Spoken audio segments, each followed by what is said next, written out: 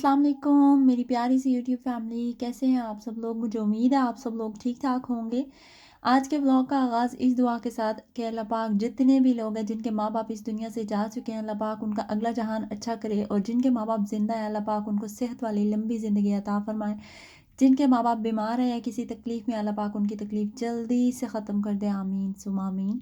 आप सबका बहुत ज़्यादा शुक्रिया। जो मैंने लास्ट व्लॉग शेयर किया था अपने फादर इन लॉ के बारे में, और उससे पहले मैंने अपनी अम्मी के बारे में शेयर किया था, तो आप सब ने इतनी ज़्यादा दुआएं की, इतनी ज़्यादा दुआएं की, बल्कि बहुत ज़्यादा लोगों ने तो मुझे सबक भी पढ़ने के लिए दिए, बताए कि ये आप पढ़ें, ये आप पढ़ें। तो अल्लाह पाक करम करेंगे, और माशाल्लाह माशाल्लाह मैंने वो पढ़े और अल्लाह पाक ने बहुत ज़्यादा करम किया, अल्हम्दुलिल्लाह। सबसे पहले मैं अबू जी की तबीयत का आपको बता देती हूँ कि अबू जी माशाल्लाह काफ़ी बेहतर हैं आप, और घर पर हैं अभी, और शुक्र अल्लाह का कि वो ठीक हैं। और अम्मी की तबीयत का, अम्मी का काफ़ी ज़्यादा क्वेश्चन भी आ रहे हैं अम्मी के बारे में कि वो कैसे चली हैं, आप ये बताएं। और दूसरी बात ये कि अम्मी की अपडेट भी पूछ रहे हैं कि अम्मी आप कैसी हैं। आपको पता है कि अम्मी का थोड़ा टाइम लगेगा ठीक होने का, क्योंकि ज़ाहिर सी बात है वो जल गई हैं। छोटा सा निशान हो, थोड़ा सा इंसान जल जाए तो इतना ज़्यादा टाइम लगता है, तो मेरी अम्मी तो काफ़ी ज़्यादा जली हैं, तो इसलिए उनका ये नहीं मैं कह सकती हूँ कि वो बिल्कुल ठीक है, लेकिन यह है कि काफ़ी बेहतर है पहले से। अल्लाह पाक उनको सेहत दे, आमीन सुमा आमीन। काफ़ी ज़्यादा सब्र वाली भी हैं, और ज़ख़म आपको पता है कि टाइम लगाएंगे ठीक होने में। और कितना वो जली हैं सब मुझसे पूछ रहे थे, तो उनकी एक साइड जली है और काफ़ी ज़्यादा जली है। तो लेकिन ये है कि अल्हम्दुलिल्लाह अल्हम्दुलिल्लाह, मैंने आपको पहले भी बताया था कि वो ऊपर से स्किन उनकी जली है, अंदर से वो बिल्कुल ठीक है, शुक्र है अल्लाह का। ये अल्लाह पाक का बहुत बड़ा करम है।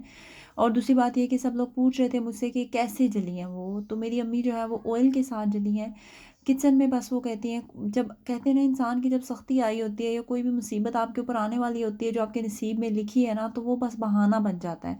तो इसी तरह अम्मी कहती हैं कि मैं फारिग ऐसे बैठी हुई थी और मैंने सोचा कि थोड़ा आटा एक्स्ट्रा पड़ा था तो वो खमीरा हो जाएगा, तो मैं उसको बना देती हूँ।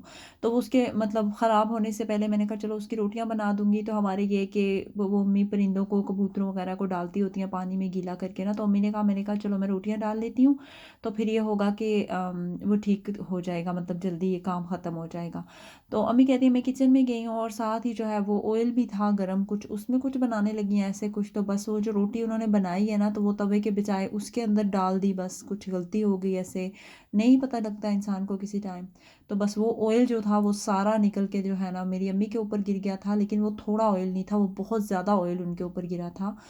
तो इस तरह से वो जली हैं। लेकिन ये है कि घर पे सब उस वक्त थे, अबू जी भी घर पर थे, मेरे भाई भी घर पे थे, सब थे। तो वो फ़ौरन से उनको जो है वो डॉक्टर के पास ले गए, और मतलब जल्दी जो है वो उनको, मतलब ऐसा नहीं हुआ कि उनको वेट नहीं करना पड़ा, तो एकदम से उनको ले गए थे। लेकिन स्टिल आपको पता है कि ऑयल गिर जाए स्किन के ऊपर, कोई भी चीज़ गर्म गिरती है तो बहुत ही बुरा हाल करती है, लेकिन ऑयल जो था वो खोलता हुआ ऑयल था, गर्म था, तो उसने जो है वो स्किन नहीं उतार दी, बिल्कुल स्किन हाली नहीं उतारी, स्किन के साथ गोश्त भी एक किस्म का आप समझने के उतार दिया। मतलब वो अभी तक ज़ख़म ड्राई नहीं हो रहे हैं।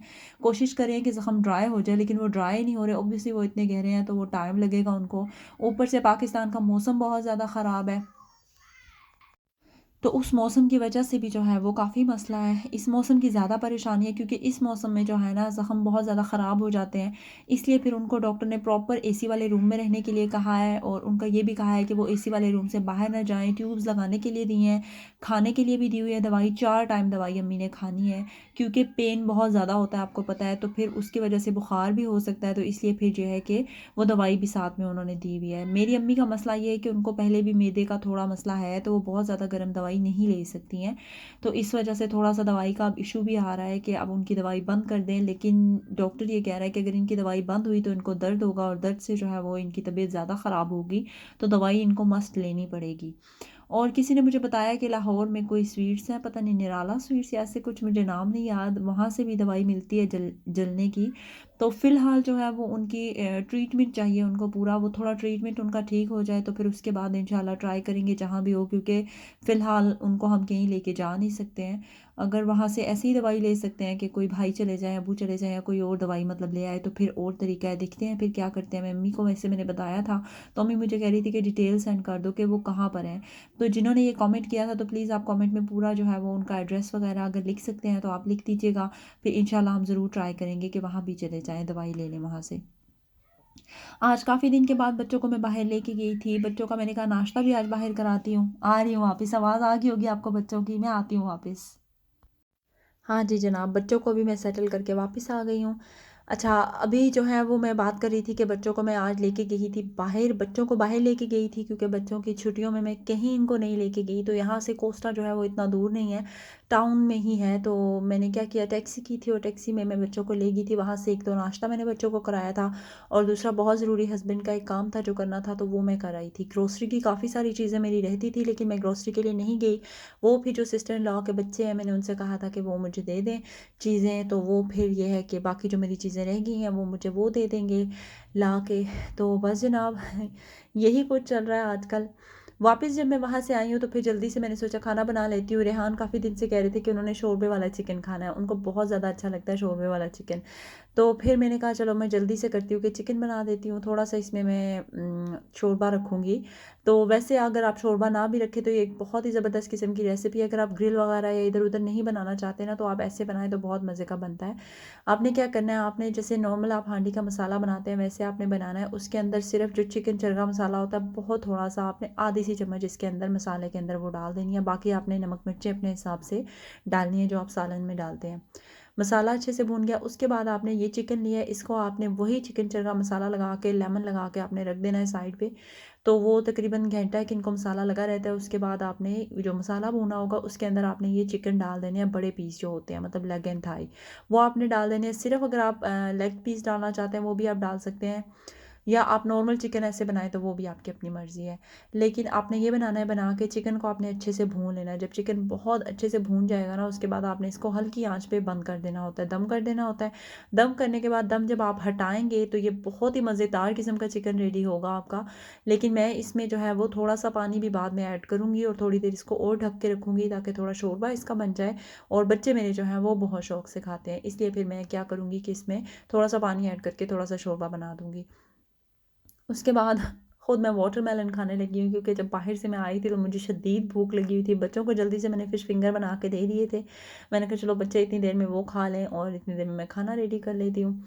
वैसे ये है कि नाश्ता वगैरह किया था लेकिन उसके बाद हम टाउन में वैसे ही थोड़ी देर घूमते रहे थे। हमने कहा चलो गए हैं तो थोड़ा घूम फिर लेते हैं। 2-3 घंटे पता ही नहीं चला कैसे गुजर गए। उसके बाद जनाब फिर हम हस्बैंड का एक काम था वो किया। उसके बाद वो करने के बाद हम लोग घर आ गए थे। तो घर आते साथ फिर मैं ये कामों में लगी थी, तो जल्दी जल्दी मैंने ग्रिल में ही चिकन चिकन ही फ़िश फिंगर लगा दी थी, वो मेरे बच्चों को दे दी और ख़ुद अभी मैं साथ साथ ये बना रही हूँ, साथ साथ वाटरमेलन खा रही हूँ क्योंकि शदीद भूख लगी हुई थी मुझे यहाँ पे। ये देखें जनाब, ये चिकन हो गया रेडी। आप ऐसे ही चिकन रेडी कर सकते हैं अगर आप लोग पाकिस्तान से हैं या किसी ऐसी जगह पे है जहाँ पे आपको ग्रिल वगैरह की सहूलत नहीं है, तो आप इस तरह से चिकन को बनाएं और बिल्कुल मसाला ना रखें और इसको आप निकाल के सर्व कर सकते हैं इस तरह एज अ चिकन जो हम ग्रिल करते हैं या रोस्ट करते हैं उस तरह से। और इसका टेस्ट इतना मज़े का होगा कि मैं आपको क्या बताऊँ। खैर जनाब, उसके बाद ये ड्रिंक कोई पूछ रहे थे मुझसे कि आप कहाँ से लिए और ये कौन से जो है वो फ्लेवर्स हैं, तो ये मैं आपको दिखा रही हूँ। एक टेस्को का ब्रांड है, हर ब्रांड के मिल जाते हैं। तो वो आप जौन सा मर्ज़ी फ्लेवर जो आपको पसंद है आप वो ले लें। मेरे पास ये 2 फ्लेवर है मैं जो आपको दिखाए हैं, और कभी मैंगो फ्लेवर ले आती हूँ, कभी ऑरेंज फ्लेवर ले आती हूँ। रॉबिन्सन्स के भी अच्छे होते हैं। तो आप कोई सा भी ला के तो बस इनको सिर्फ पानी के अंदर आपने मिक्स करना होता है, ये काफ़ी अच्छे होते हैं। तो किसी ने कहा था कि आप कौन से यूज़ करिए, तो मैंने कहा चले मैं आपको सामने से दिखा देती हूँ अगर आप स्क्रीनशॉट लेना चाहते हैं। ये दोनों मैंने टेस्को से लिए हुए हैं। बस जनाब, यही था मेरा आज का व्लॉग, आज की वीडियो। उम्मीद है आपको अच्छी लगी होगी। लाइक शेयर और कमेंट ज़रूर करें। अल्लाह हाफ़िज़। सब्सक्राइब करना नहीं भूल